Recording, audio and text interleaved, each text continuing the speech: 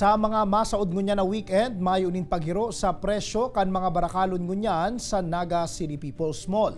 Ang sibulyas na nagmahal nin hasta 600 pesos per kilo kan mga nakaaging bulan, nagbalik na sa dati kaining presyo ngunyan. Aramontan presyo kan barakalon sa report ni Chris Novelo. Balik na sa normal ang presyo kan sibuyas sa Naga City People's Mall, 110 pesos na sanaan kada kilo kainingon yan, harayo sa dating nagaabot sa 600 sundo, 700 pesos ang kada kilo. Tama na, parehas na lang ang presyo.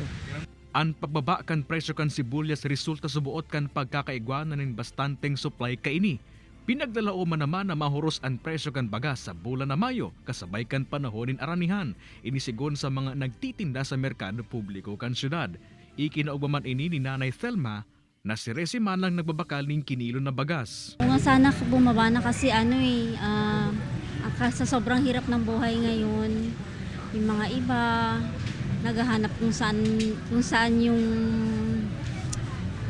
kukuha ng pambili. Mientras tanto, mantinido man ang presyo kan iba pang barakalon sa Naga City People's Mall. Kaibahan si Carlo Abonita, Chris Novelo, Balitang Bicolandia.